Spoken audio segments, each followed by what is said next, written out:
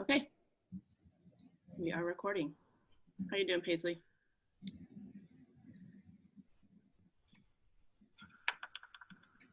Okay. Sorry, I was talking to my parents. No, you're fine. No problem.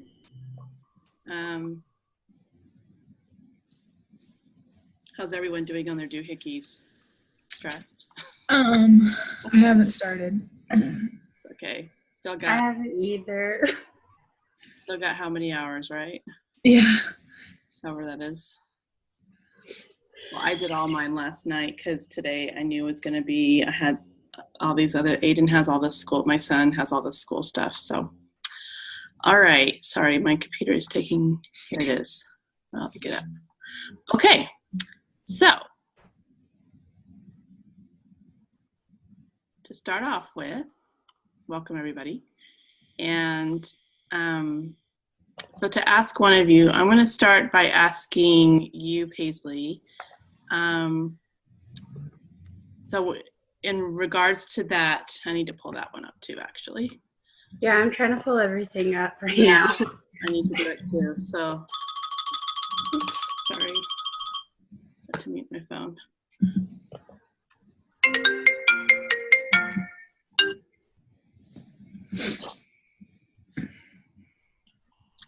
It's an 8, right?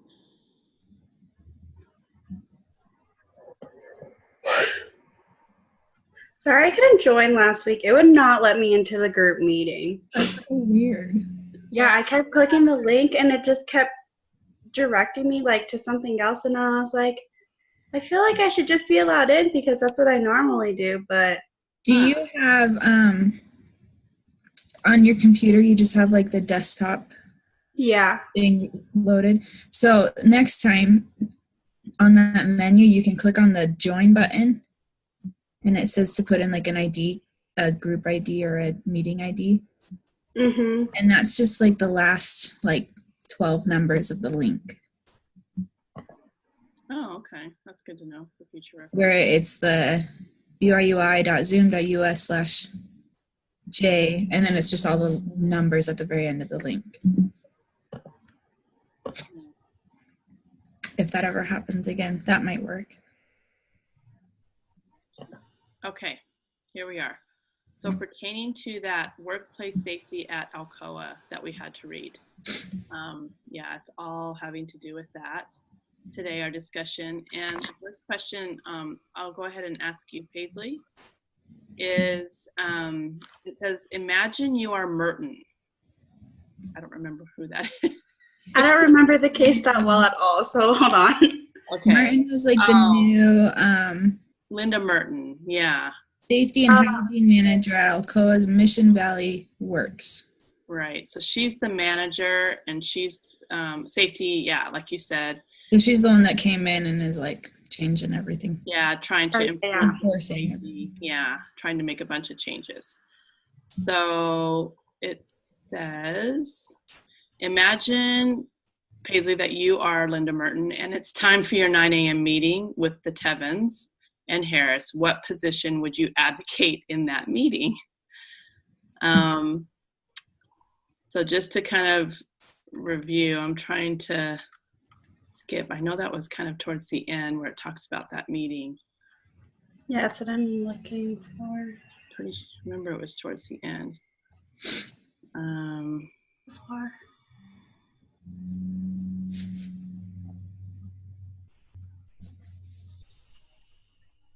That's the one where, gosh, this was a long,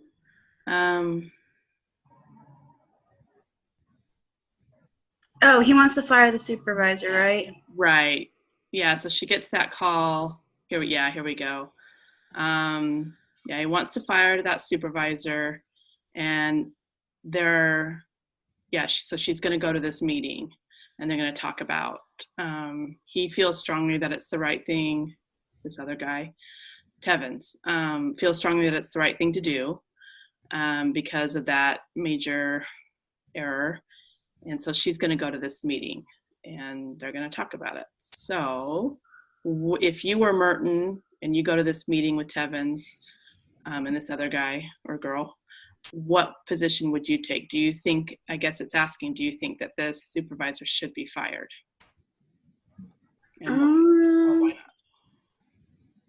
I don't know. I feel like part of me is saying that they should be fired because they should have known better. Like, but they weren't enforcing it, right? Is that what I remember? I can't. Oh, and I don't know if they had a lot of stuff defined. Yeah, so I feel like at the same, like I feel like by firing, because I remember in one of my classes, I took like a supply chain class, and they were talking, and I remember how they had all these rules set up for safety and stuff, and just one person like violated the rules and stuff, and then they got fired, and it was like to show the company that like they weren't messing around, like you had to report stuff or else like you were just like cut off. And so like I understand like how firing can like show everyone else that it's important, but at the same business, yeah, but at the same time I feel like since the rules weren't really defined, that maybe this time they should give him like a warning and then like figure everything out first. okay. What I'm saying. But I mean, that's what I do. I don't know how well that would work out, but. Okay. What do you think, Krista? I kind of agree. Like my first reaction was kind of like, yeah, I think in there it said, I think in the fax that was sent from, let me see if I can find it, from Bert Harris to Tevins, he said, this is the third time this has happened. We need to do something about this. I think he should be fired. I mean, if they want to get their point across on how important safety is, that's a pretty good way to do it. But I think Paisley's right. Like, I don't really know if there was enough of like a before explanation to know that needed to be enforced. Yeah, like it wasn't being enforced enough. So maybe a suspension would be a good middle ground. Okay. But I do think something does need to happen so that people know that they're really taking it seriously. Right. I think I'm pretty much the same. At first I was saying, well, yeah, maybe he should be fired because it was his third time and he had been warned, 3 times previously and still had done this. But by the same token, yeah, the safety procedures from what we read were kind of not, they had safety procedures in place, and this company was like their history of accidents and injuries and stuff was lower than the national average for their industry. So they obviously were doing something better than, the other people, but still it talked about where things were kind of not fixed in place. So I agree. I think maybe something does need to be done, but maybe like an unpaid suspension for a certain amount of time. And then saying, this is your last, this is it. This is your last strike 3. And if you do this again, you're out, you're gone. We're serious about this. So maybe something like that. I'm down. Sounds good to me. Okay. And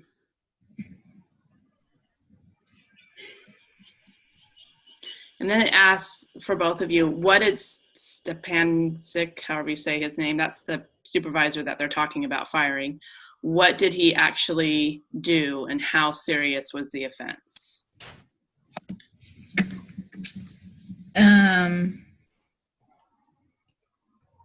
Like what was the incident, the accident?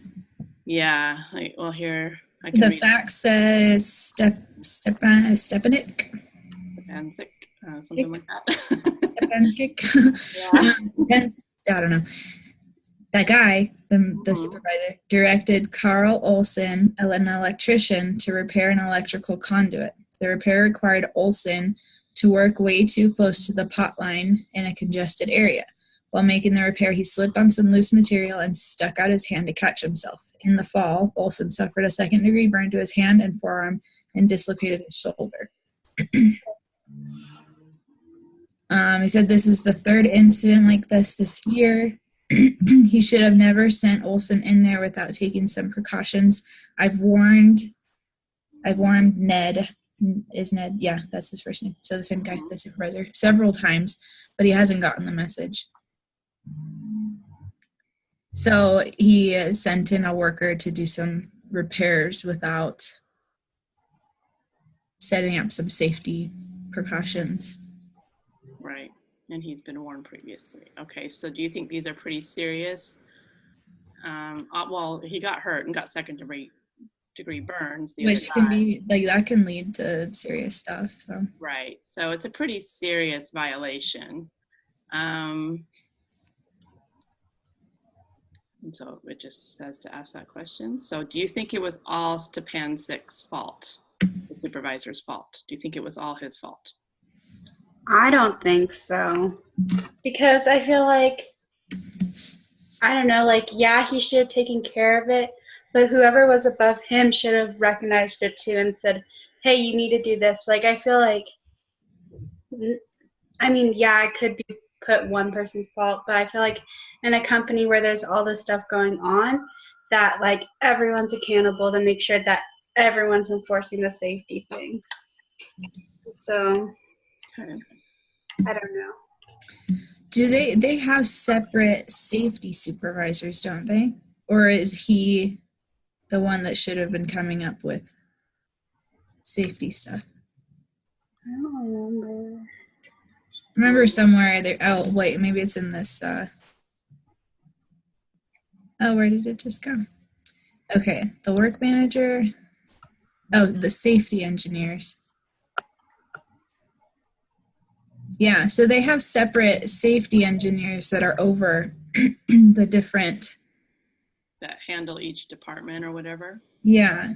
Okay. So if there weren't precautions or safety guidelines already set up, that's not necessarily his fault. Okay. Because I think sounds like he's an area supervisor on this chart on page 14, exhibit 4. Mm-hmm. Bert Harris is supervisor over production. Okay. And then the area supervisor reports directly to him. So Stepanek must be one of those that's underneath Bert. Okay. Which is not a safety engineer, because the safety engineers report straight to Linda Merton. It also looks like the shift and unit and line supervisors also report to Bert.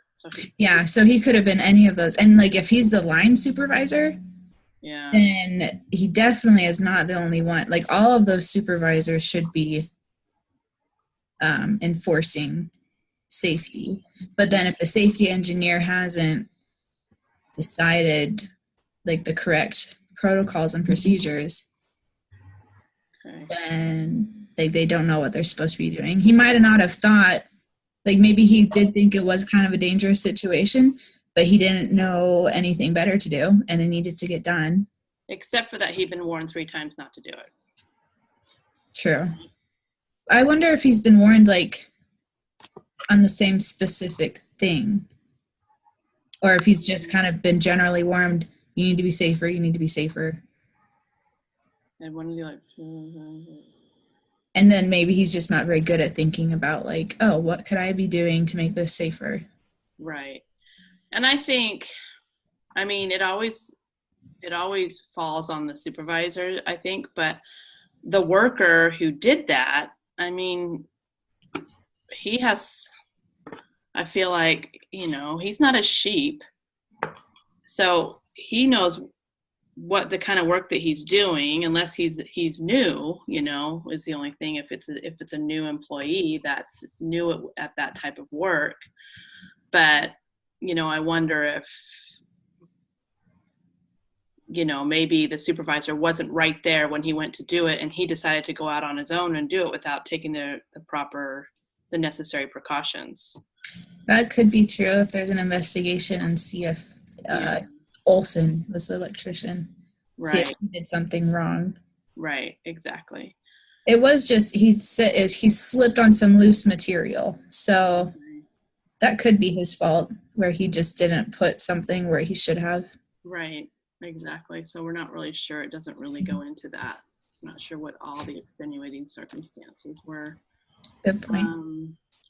So, and then the next question, what message would firing Stepancic send to the other employees of the company?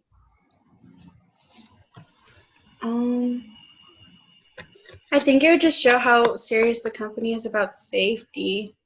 But I don't know, even if, I mean, I guess that's like, I feel like that'd be the only message received, but I don't know if there'd be like anything else. There could be a kind of like some negative feedback of a lack of trust. Right. If like they might think, oh, the company's just going to fire whoever they want if they mess up. So it also could, people might stop reporting accidents if they're scared of getting fired or getting somebody else fired. That's true. Which is another reason why it'd probably be good to just start with suspension or something that's not That's a very indefinite. Good point. Yeah, very good point. And then this we kind of addressed this, but would it be fair to fire Stepancic considering how other supervisors treat safety issues? I don't think it'd be fair. I'd still agree with Krista on how like he maybe should be suspended, but considering that he is a supervisor and we looked at that chart, like there's so many other people who should have like been able to like catch that, and also they have their whole issue with like none of the safety engineers even being around. So I just feel like it wouldn't be fair, and then it would still create the problem of people being like, I'm not going to report this because I know. That's a strong point, because people may choose just to, I think with that, though, there would need to be a really specific policy on how they're going to investigate the situation. Right. If they could figure out whose fault it is, and then only punish them, hopefully that would help people to not hesitate to report accidents. Like if they knew that they weren't to blame and it wasn't necessarily anybody's fault, they should definitely report it. And then if it is somebody's fault, they need to know that like something needs to happen. People need to understand that they need to be safer. That's a good point. But just being able to know that it's going to be a fair decision, whatever it is. Right. That people aren't going to be thrown under the bus. Mm-hmm. Okay, so the next step, it says to put people in 2 groups, but there's 3 of us, so that's not going to work really. So we're just going to be our own little groups, each one of us. It says to compare exhibits 3 and 7 and to answer the question, when safety improves, does productivity decrease? And it says to do this. I don't know, you guys may want to look, it's kind of, it says to divide the total hours number for each period by the work's total for the same period. You may want to look this up to figure out. So, sorry. It's just the total hours divided by work's total? Yeah, for the same period to figure out how many hours it takes to produce 1 ton of aluminum. Okay.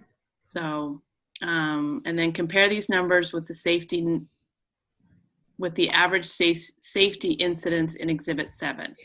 The lower the number of safety incidents, the better. If both numbers go down, that's good. If either number is going up, that's bad. Okay, so in Exhibit 3. Yeah, 3 and then 7. So you're going to look at 3 first and divide the total hours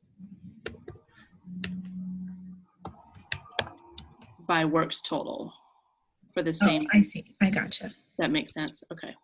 Yeah. Need to go. I feel like I want Excel for this. I know.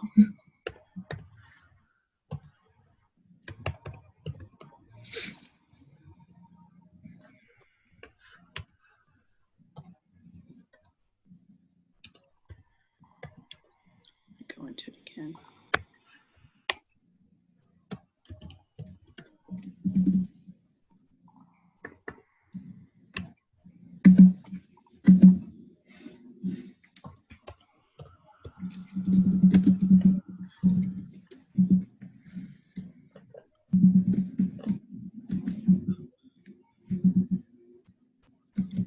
There it is.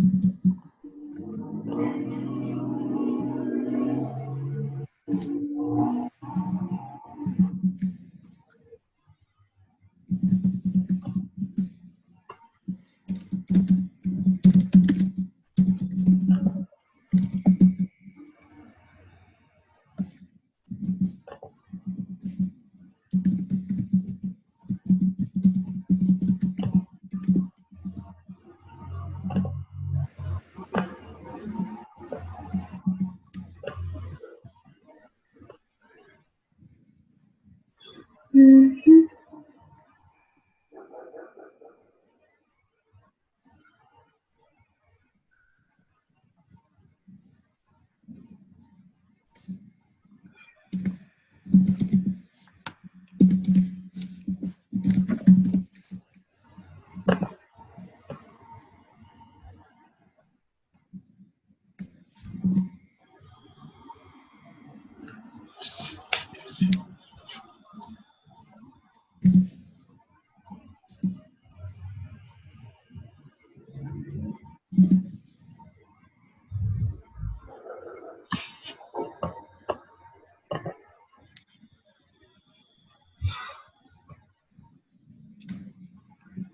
Okay. You guys ready, or you need more time? Do all of them, or I just did all of them in Excel. Yeah, I did all. okay? Alright. So what did you guys find? That as they had less work hours or what, I don't know really what the first number is, but as they had less of those, then the number of injuries went down, except for July and August, but like everything else was a pretty consistent of going down. But So both numbers went down. yeah. Yeah, because in 1987 it started at 39, and then in 91 it went down to 33 for the hours. How many hours it took to produce a ton. Okay. So that went down. So we would conclude from that productivity does not decrease when safety improves, correct? Correct. Mm-hmm. And it says to compare these numbers with the average safety incidents in Exhibit 7. So Oh, that's what I was doing. Might be. Yeah, but that's what I noticed is that when you compare it to the total works average, then that's when those numbers go down. So does the amount of injuries go down. Except in the ingot department, those are like the same. Yeah. But, those didn't change. And fabrication went up. Oh. But I wonder if that has something to do. There's one point in the case study that it talks about how not all the departments had the same rules. We're talking about like the speed limit for their forklifts. Right. So I wonder if it's possible that some of the rules, I know they should be the same throughout the whole, throughout every department, but I wonder if these departments are either not following them or they don't have the same rules. Okay. that's a very good point. Because so the total on this exhibit 7, the total works average, would that just be the average of all of these departments together? I think so, yeah. Okay, because overall it does go down. Okay, so I would say, yeah, you're right. So I would say overall, improved safety measures does not affect productivity. Would you both agree? Yes. Yes. Excellent. Okay, so we've discussed that. And it says, next thing is look at Exhibit 6. Go through the list of sample injuries. Look for common themes and causes. Let me go.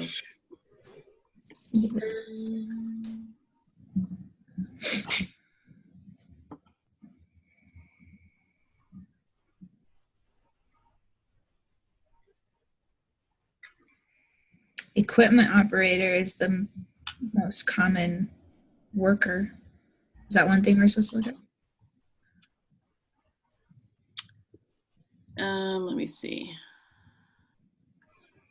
I mean, It one of says the look for common themes and causes. So Okay. it's more like a lot of the medical cases. right. A lot of them have to do with like slipping, you know, Yeah, like falling. Yeah, ran over, missteps, slipping. Grease and water on floor. Yeah, lost footing. That seems to be a common theme, is like slipping, losing footing, Yeah, misstepping. they just have clumsy. Yeah, clumsy workers.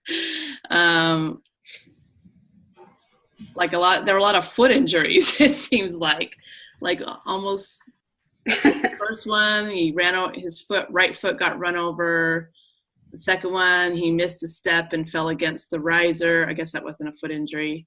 Third one, the foot slipped on the chips that were on the floor. Fourth one, he lost footing. So there's a lot of slipping and misstepping and losing on stuff. So it seems to be that's a pretty common theme.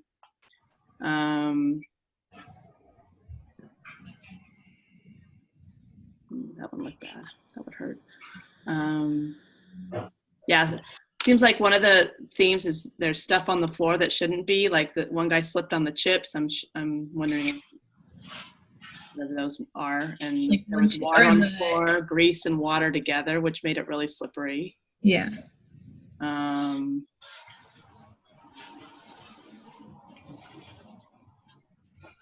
Things that should be around that, things that are around that shouldn't be, seems to be a big thing. I wonder if they're not wearing. Yeah, they seem to be wearing protective gear, like. I just think, I wonder if their shoes aren't good, if they're not required to wear like traction shoes. Yeah. If they're just wearing like tennis shoes or something. Yeah. I would hope not, but I mean, this is from like the 80s and 70s. Right. Oh, 91 is when this was. So better shoes might help that. Right. Because I was just thinking one of these, a hand slipped off a valve handle and the employee fell backwards over a low wall. Like, was he wearing gloves? Right. And there was another guy who got his fingers caught somewhere. So was he wearing protection on his hands? Yeah. Even, I think even just wearing like, I think of my dad's like leather gloves that they're not like super thick or anything, but they have saved his hands plenty of times working on the farm. So yeah, definitely. Which one was that? I'm gonna write this down because I have to answer this question. And I think the other, like, there needs to be some sort of safety procedure where things aren't left on the floor, like the chips that the guy slipped on, water and oil and grease mixed together that made it slippery. The other guy slipped on that. So it might mean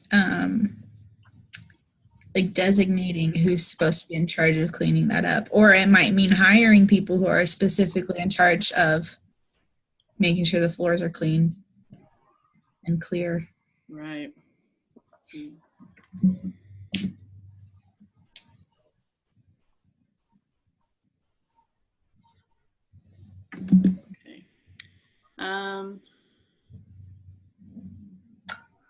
I think we talked about that. The second one says, what can you learn about safety at Mission Valley from this list? We pretty much discussed that. We discussed the third one too. We kind of talked about what our findings are. These were the common themes. And let's see. Okay, so after, oh, I missed something. I think I was supposed to give you like 10 minutes to go over that and come up with a list. A list of like the learn themes and I think we're okay. Yeah. So I just noticed Exhibit 5, by the way. I just thought this was cool.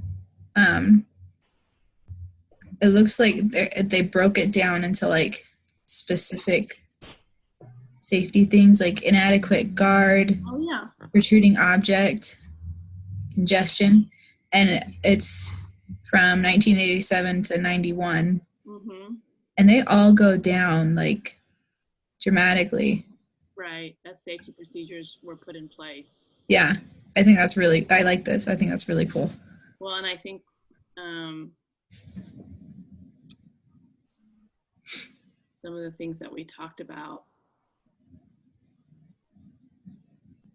housekeeping was a big one. So maybe that had to do with like what was on the floors and things, you know. Mm-hmm. The number was 94 in 1987.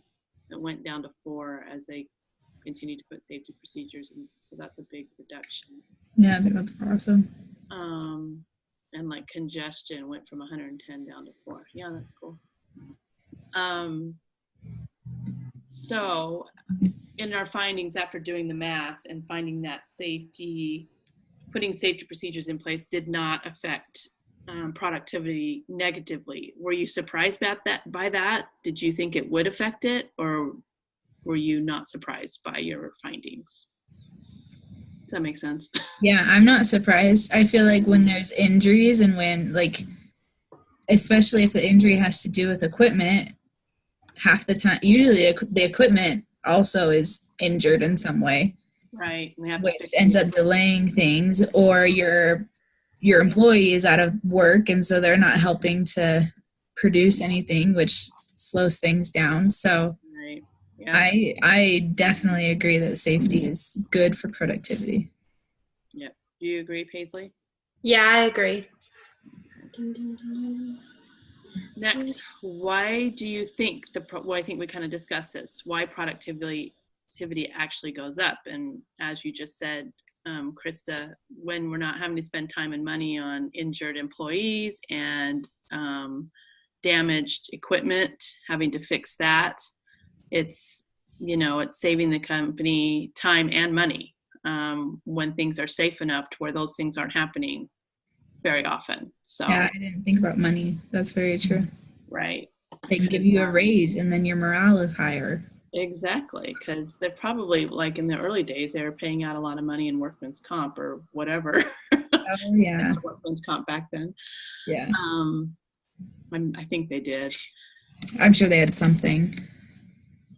So go ahead. Of some kind. What was that? No, I'm just wondering what their expenses would be for injuries. Yeah. That's a good question. So the next question is, which type of problem do you think is easiest to solve? The ones that are expensive or the ones that involve people's behavior? Which do you think is easier to solve and why?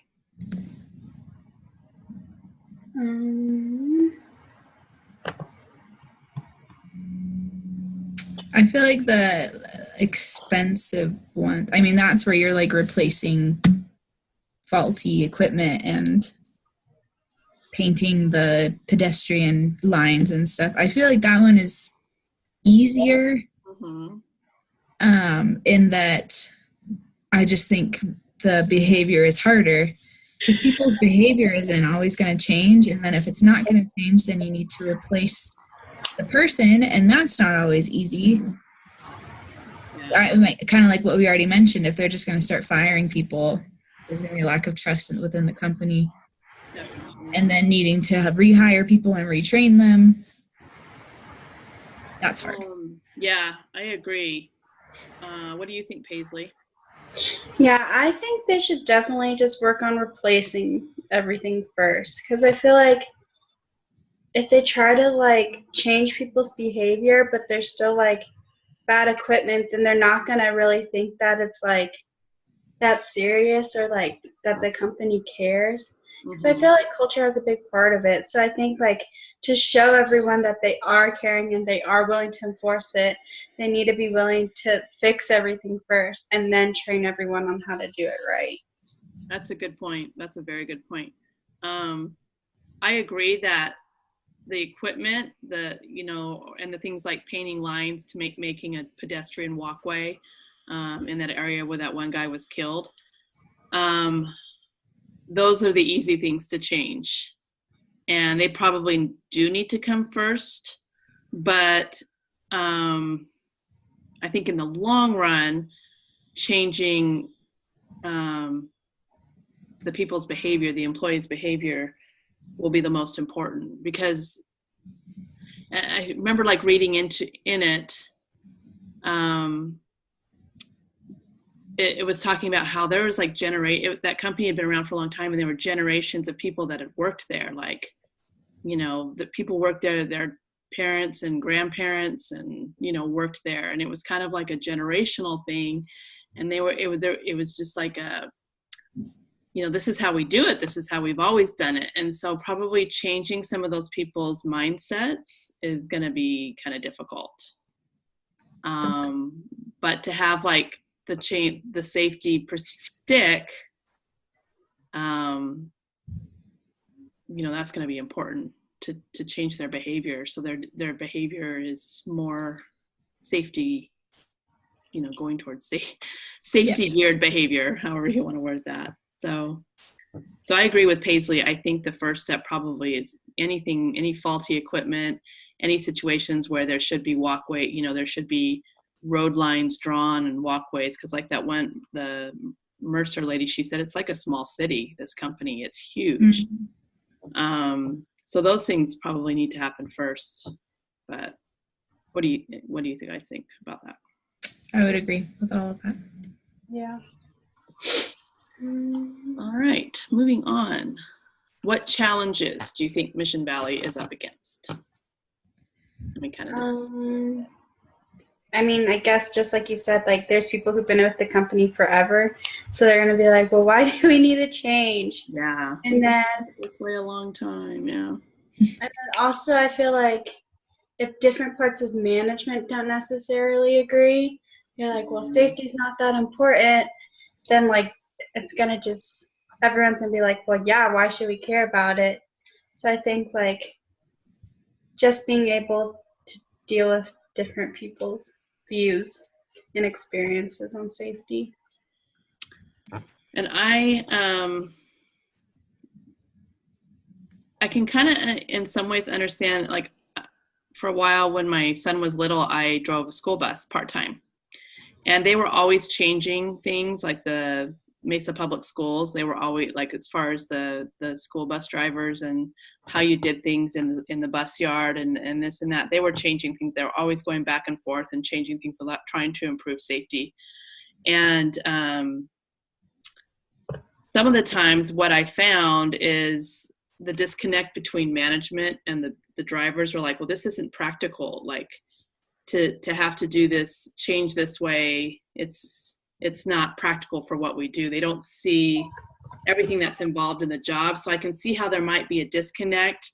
The people who are making the safety, developing the safety procedures and trying to implement them, they need to make sure that it's practical. I don't know how I'm trying to say what I'm trying to say, but that it's actually going to work. Like it can work in real time. Do you know what I mean? That makes sense. It looks good on paper, but it may not work in real life, type of thing.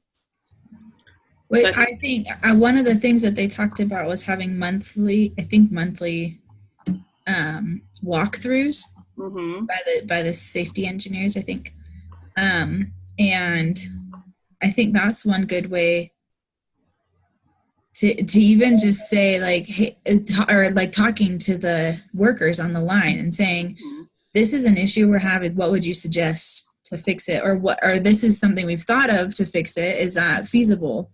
Right. And getting their input on it. 'Cause that's a really good example that often, I mean, supervisors, maybe at one point they were on the line or they are there and they can like see people working, but it's a lot different when you're the actual worker and you're the one actually doing stuff. So that's a good point. And so I think maybe like getting the actual workers, like getting a sample, like having a couple workers from each department being involved in those safety, the developing of those safety procedures, so they can say, well, that wouldn't work in our particular department because of this reason, or no, that would work really well, one of the two. But having someone who is on the line, on the job, every day giving input would probably be helpful too, I imagine.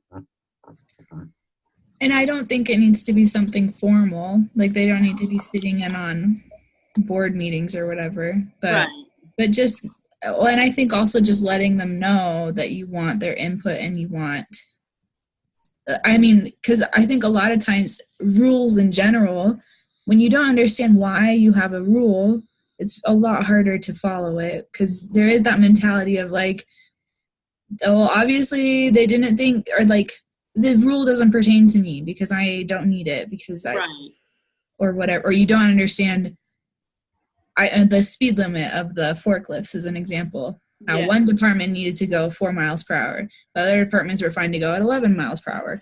So it's really easy to be like, they can go at 11 miles per hour, so why can't I? So I'm going to, and that's when mistakes happen. So it's better to be able to involve them in everything. I think that was one of our readings about information and sharing it. Yeah, communication. Yeah. I really liked that it's not, don't hide your information. Of course there is like confidential information, but share stuff with your employees. It builds trust and it solves a lot of problems, I think. Yeah, for sure. I agree with that. Definitely. I like that part too, where saying like basically share everything that isn't absolutely confidential, keep your employees in the loop. And I think that would work really well with this company. Yeah.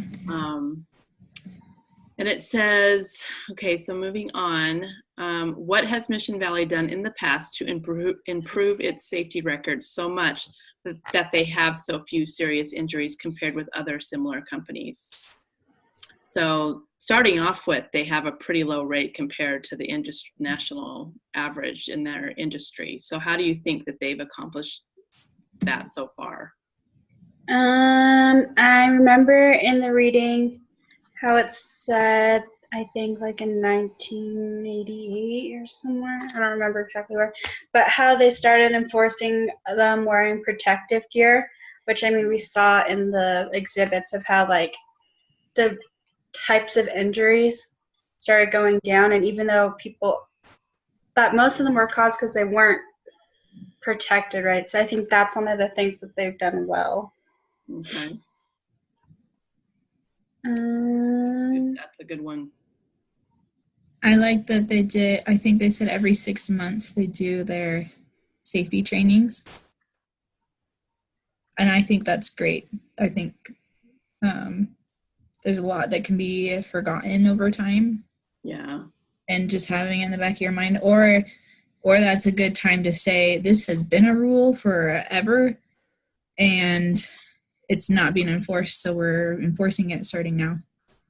And it's another good opportunity to communicate other things and have brainstorming ideas if they're needed. Good point.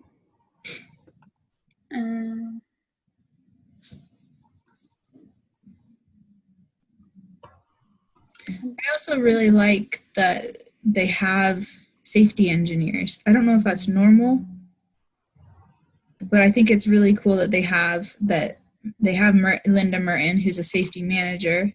Mm-hmm. And then she has 4 different safety engineers that report to her. So just having like a safety department. Right. That's their sole. Yeah. Because I think a lot of times that could kind of be mashed into just the human resource department. Definitely. They're doing so many other things. So I think it's really good that they defined that and they separated it. That's a good point. Yep.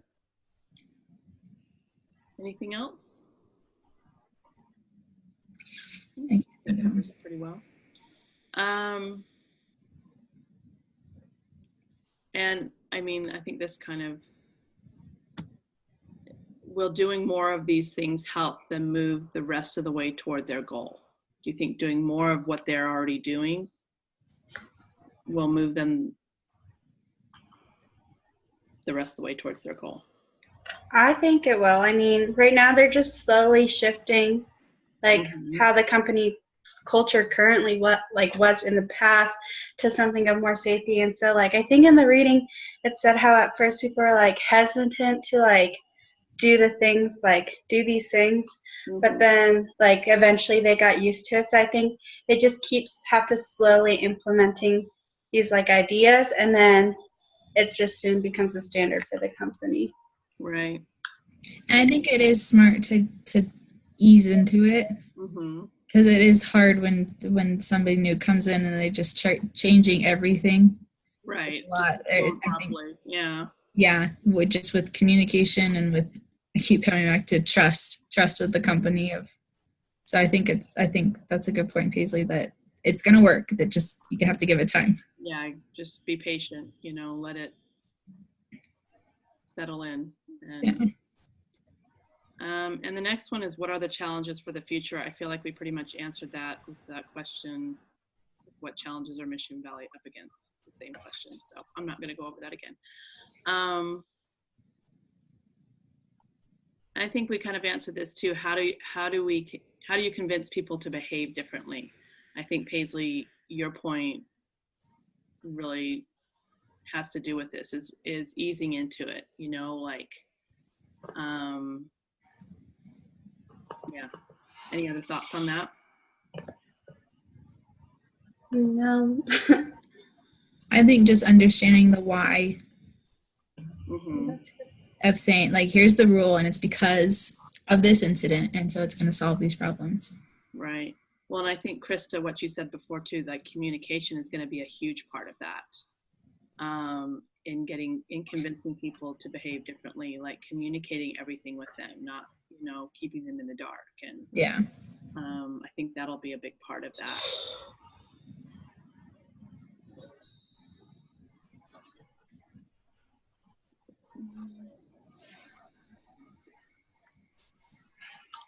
Okay. What would motivate workers to want to be safer? Well, getting hurt probably motivates you to want to be safer. Might have something to do with it. But. It was one thing I thought about, like you said, Marianne, how they're going to save money by not needing to deal with injuries. They could have, like, for every 100 days or whatever, you get a bonus. Yeah, like some sort of incentive to be safer. Which, I mean, to me, that kind of makes sense. I'm sure the company has money set away for these kind of liabilities. And so if they can go so long without needing to use it, like, what else are they going to do with it? Right. They can apply it towards rewarding people instead of having to pay for people to go to the hospital when they've been injured and to fix damaged equipment. They could be going towards a better, which is something that not only, it rewards people and motivates them, which is a positive thing, not a negative thing, Yeah. What do you think, Paisley? I was just thinking the same thing of like just an incentive. I guess like what was the question again? What was the question? What would motivate, where am I? Yeah. What would motivate workers to want to be safer? I think another thing that would just motivate them is seeing that everyone in the company is like willing to make safety like better, because I feel like in the case, I don't remember exactly where it said it, but they're like, yeah, like we like going to these meetings, but like it'd be better if we can see people from like top management there actually like caring, like showing up and making sure, like showing that they do want this to happen. So I think like if everyone's like on the same page, then it's just gonna make people want to be safe. I mean, I don't understand why you wouldn't want to be safe at all. That's just silly to me, but yeah. still. Yeah, for sure. Makes sense. Did you want to say something, Krista? No. Oh, I thought I interrupted you. I was just agreeing with Paisley. Okay. What can we learn from the incident with the forklift speed limit and the wedding ring? Do you remember that part about? Oh, I don't remember the wedding ring. They were, I guess one department made a rule, I need to find it, but like they couldn't wear wedding rings because it could get caught in machinery depending on what type of work they're doing. And one lady wrote a letter to the CEO or somebody high up and was like, I've had this wedding ring on for so many years and I am not taking it off for anything. Oh, yeah, I just found that. Yeah. Okay, I remember that now. Okay, first of all, there are serious injuries from wedding rings. Like you can lose your whole finger. Mm-hmm. And I think like you shouldn't be working in that industry if you're not willing to take off your ring. But actually, like the only industry that you can wear your rings is like office work. Mm-hmm. And even then, what if you need to like stick your hand in the printer? Like, yeah. I've just seen way too many ring injuries for me to feel sympathetic about that. Yeah. Get it tattooed on your finger if that's really what you want. Right. Or wear it on a necklace around your neck. Yeah, like have it with you, and that's perfectly fine. Yeah. But it's not. You're not. Yeah. And I think this is a perfect example where it is like you could say, okay, at your own risk, you can wear your ring, but if somebody does get injured, it's going to cost the company a lot of money. It might damage equipment. Mm-hmm. And so I think it really is a company thing that nobody is going to wear a ring. And it's not just wedding rings, it's any rings and any jewelry of any kind, really. Right. I took a shop class in high school, and that was a huge thing of like, no dangling jewelry, keep your hair tied back, no loose clothing. Mm-hmm. I just feel like that's the industry, and it shouldn't have been, I don't know, it shouldn't be a big deal. No, it shouldn't have been made. I agree. And what about the forklift speed limit? Do you remember that? How some of them were complaining? I can't. Oh, just where it wasn't universal. Yeah. So some departments could run theirs faster than others. Right. I think was that Linda that was in that meeting, and like really quickly she was like, it's going to be the same everywhere. Yeah. And that was it. Yep. There was no more complaining. I thought that was awesome. Yeah. Like, that's it. What do you think, Paisley? I mean, I just think that like, what we can learn from that is that like it's just important to set like a standard. Like even though like other parts like probably could have worn their rings, or like the forklifts could have been different speeds, like people are gonna find a reason to complain, and they're gonna be like, well, it's not fair that they get to do it, and I don't understand how they just don't understand it's for their safety. But like we just need to know that like when dealing with large groups of people, we just have to set one standard and just enforce that, because like that's the only way you're going to get things to be safe. Mm-hmm. And I think it makes it the most fair. Right. You have like, that's really what it comes down to. Yeah, I agree. And then the last one in this section, how can you address a culture? We kind of talked about this a little bit. How can you address a culture embedded in a strong community and history? So this company, like the employees have a strong history with this company, like we talked about. They have parents and grandparents, and even maybe longer than that have worked for the company. It's kind of like a family tradition for some families. So how do you, when it comes to, well, this is how it's always been done, and I don't see any reason to change it, how do you address that kind of culture embedded in the community?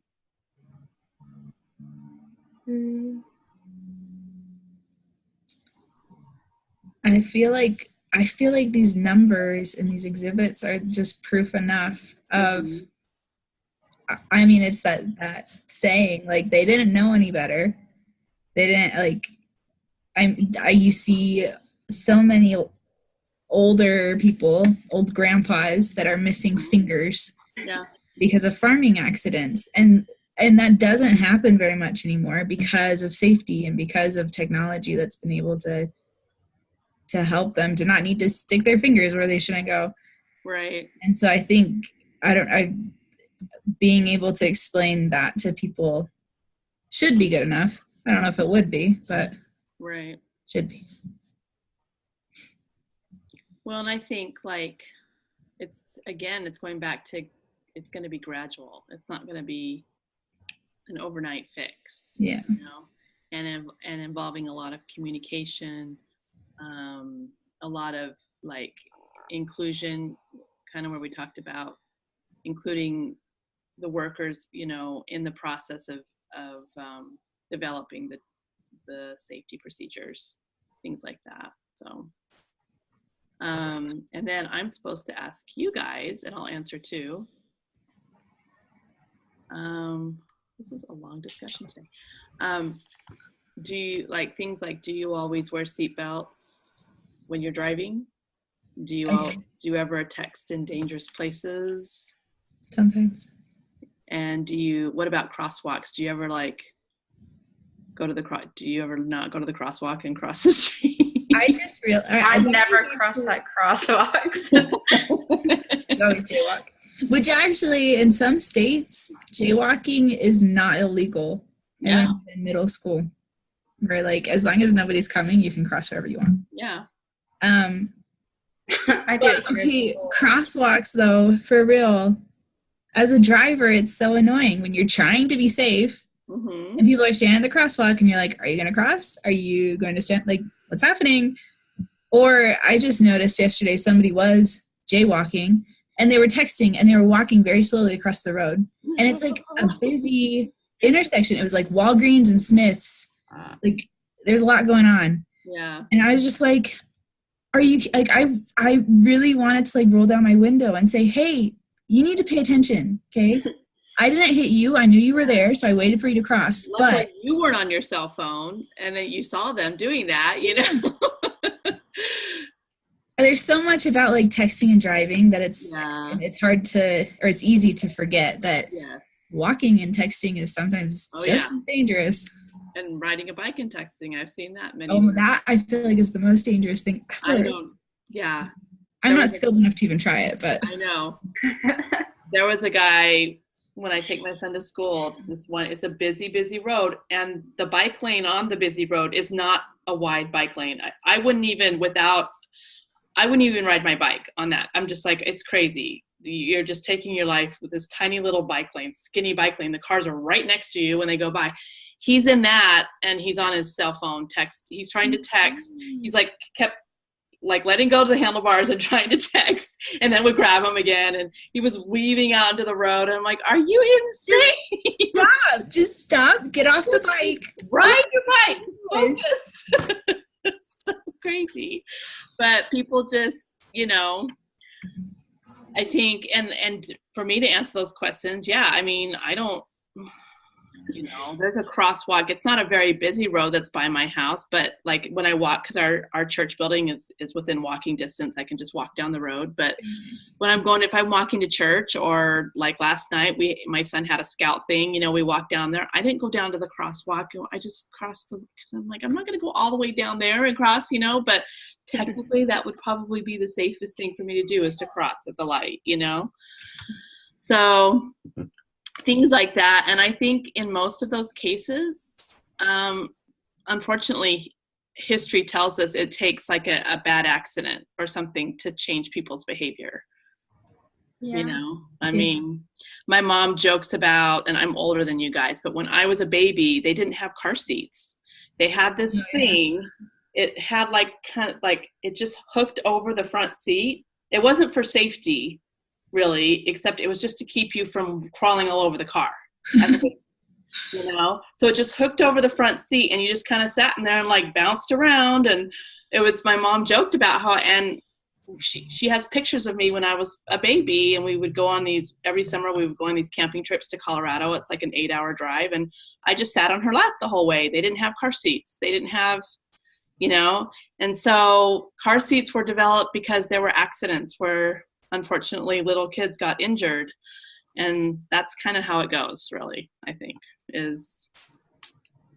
I agree. I mean, you don't think about when texting was invented, people weren't thinking, oh, people are going to be doing this while they're driving. People are going to do that. People are going to be distracted while they're texting. Right.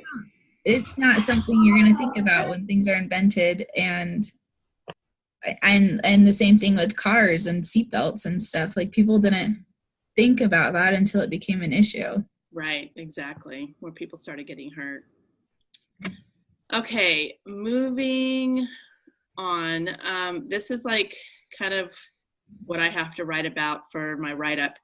It says, ask your team to go through each item on the list and talk about each item. Wait, it says to move the discussion towards Linda's plan for 1992. So I guess we have to, let's hurry. Did she have a plan? Did they share that with us? I didn't remember her that she had like a type. There was like an 8-step something, but I don't remember. Maybe that was it. Where was list that? of steps. Oh, I found it. Exhibit 8. Okay, let me go there. This is the 8-step quality improvement process. And that's Linda Mercer's plan? It's Alcoa's. It's just the company. Okay, well, it must be what they're talking about, I would imagine. Maybe. Oh, okay, maybe. Or is it the existing Oh, one? there's a, oh, like what's the existing? Did I miss that? No, I think that no, I was just wondering if this is the existing one, but it looks like it's there, quality, well, is that quality or safety? Maybe just quality. Oh, I think I found it. I think it's Exhibit 11. Okay. I hadn't gotten there yet. Yeah, okay. That's the draft. Yeah. Awesome. Cool. Thanks, Okay. people. Yeah. So. Yep, that's it. Okay, so it says to go through these one by one, and let's see, ask the team to go through each item on the list and talk about each item. So it says the first question is, which ones will get the company to its goal, do you think? Do you think all of these will, or some of them, or none of them? Conducting stage 3 training for all supervisors and lead operators. Do you think that is something that should? What's stage 3 training again? I don't. Because I feel like if they're going to do training, then I feel like it shouldn't just be for the supervisors and the operators. Like, it should be for everyone in the company. But like, I don't know what stage 3 training is and if it's like different, but I feel like, again, like, if you're going to have the whole company be a part of it, then you need to start with having everyone be on the same page. Okay. I think that's very fair. I don't see anywhere else that talks about stage 3, so it might be. I don't know what that is even. Yeah. So expand it to everyone, not just the supervisors. Yeah, that's what I would say. Okay. Everyone. What about the next one? So you think the training would be good, but they need to expand it to everyone, not just the supervisors and lead operators. The second one, publish a biweekly newsletter on. What about the first one? Monitor complete implementation of recommendations on falls. Why did I skip that? I have no idea. It's okay. Monitor complete implementation. Establish reporting procedure. Provide. I don't really know what. I think that looks good. I don't really know what it means. I don't really understand what that is, but I mean, it sounds like good. So yeah, I think it's like about incident reports. Yeah, like having a better tracking system. Yeah, so I think that sounds good.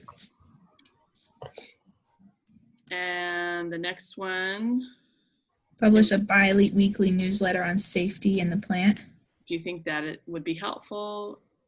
I think that would be really helpful. One thing that they should make sure to include in that is like the results of showing them our numbers are way down with incidents, Right. And because not always, hopefully it's not always like, you guys are doing really bad at this rule and this rule and this rule, so Right. make sure you do that. But have positives in it too. Have positives. Okay. That's a good point. And the next one, improve safety committee operations, better information, train committee leaders at crew level. Not really.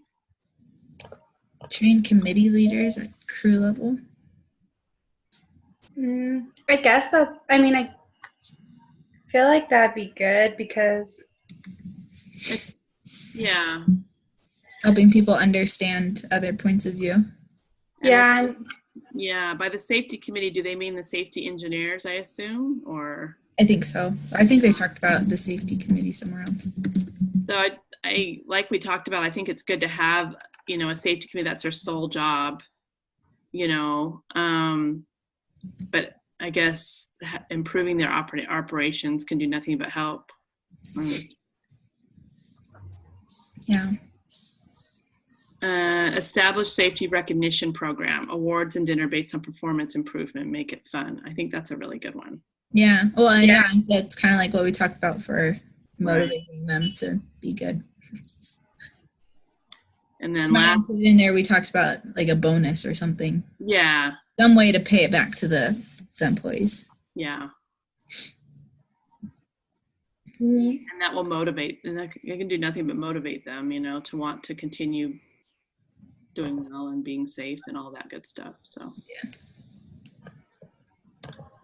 Meet with superintendents on a monthly basis to review safety performance, improve the meetings and the monthly reports. I think including in that kind of like what we've talked about already with making sure that the line, like that all employees' voices are heard. And this might just be somewhere where like the superintendents should be meeting with their lower level, and like it might need to be that the line workers need to report to their supervisors. Mm-hmm. But somehow that communication it needs to be communication to all the employees. Yeah. Okay. Getting feedback, I think, is especially important. Yeah, get feedback. That's a good one. What do you think? Anything you want to add to that, Paisley? No, I mean, I completely agree. Like, I mean, but I feel like I've just said it a billion times, but right. It's just really about including others and making sure they get feedback, because I think that's like the most important thing that we have to like take into consideration, because like, I don't know. I mean, one of the things I feel like we've learned through these lovely 8 weeks is that the company's culture is the most important thing. And so if people in the company don't feel like they're being treated right, then there's not going to be any changes. Like, nothing will be effective. Well said. Very, very true. It's a huge part. I mean, whether a company has a good culture or not a good culture is a huge aspect of how successful they are. So the last one, ask your team to brainstorm ideas for how to change culture. You just talked about that. And attitudes about safety at Mission Valley. Some suggestions to help with the brainstorming. And it gives us a couple, like you could ask whether the fact that almost everyone in the whole town works at Mission Valley creates any opportunities. And are there ways to involve the community and families? Well, I think the dinner situation that the Linda lady had in her plan was a good way to include their families. I mean, include the families like in the award. Yeah, and to let them know. Thing. And also, I think another thing they could do is that, like, besides doing the dinners and the bonuses, because if they're saving all these money on accidents, then maybe they can like give back to the community. Mm-hmm. So like, and still like promote safety throughout the community. So then again, it's just reinforced into the company. Yeah. I think that's a good idea. That's a really good idea. The like school fairs and hand out helmets. Yeah. Yeah. That's a great idea.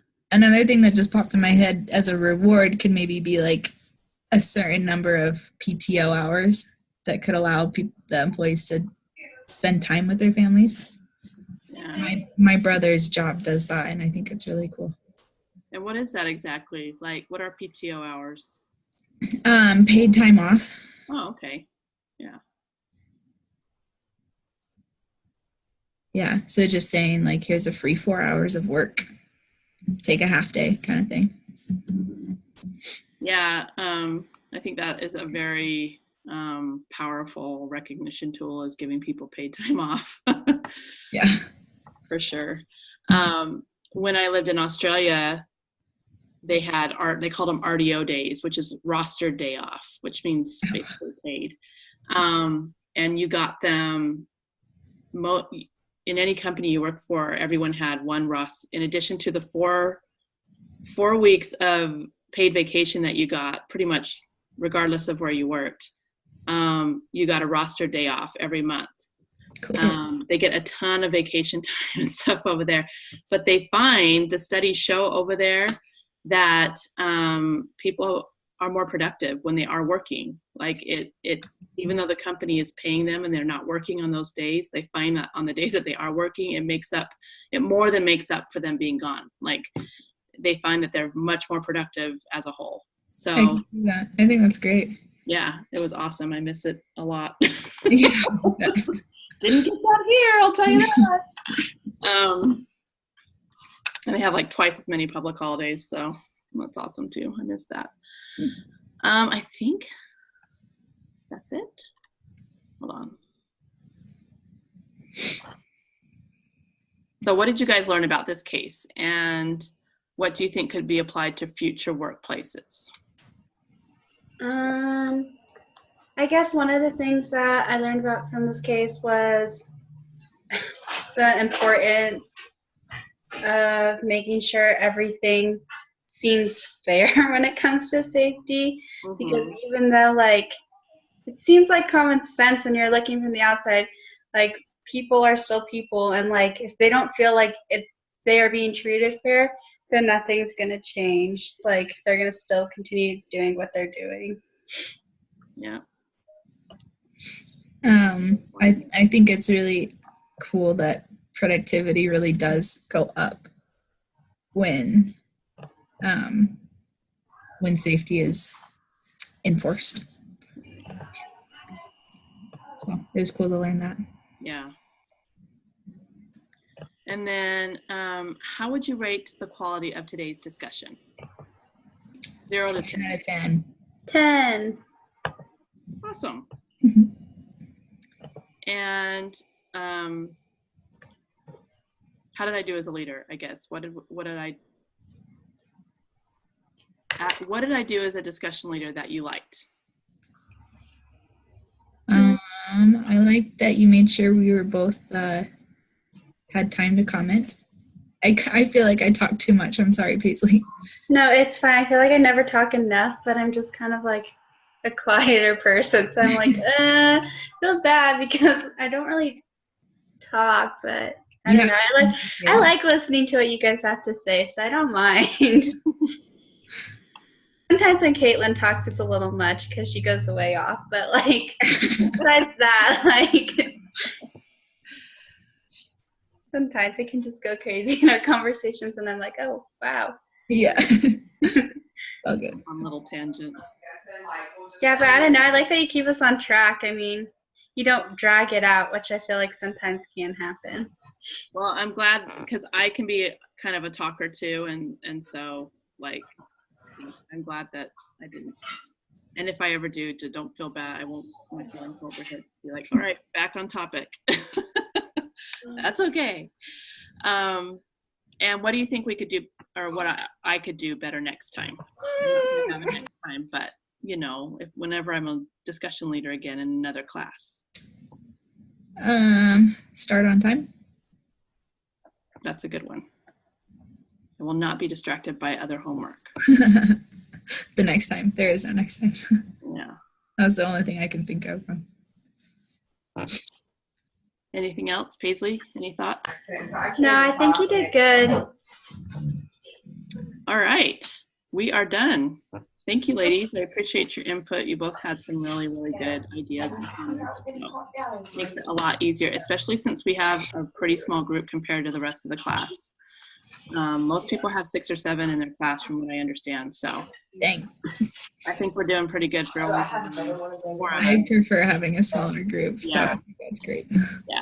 Yeah, I think it's easier in a lot of ways. All right, I will let you guys go, and good luck on your doohickey parts. And I don't remember who is the leader next week. I think it's me. Is it you, Paisley? Okay. Yeah. All right. Caitlin, and then me for 2 weeks. Okay. And then I'm the last week. Well, week 13. Yeah. So, okay. Sounds good. All Thanks, right. Guys. Bye, guys. Okay, have a good day. You too. Okay, bye-bye. That's what we asked about.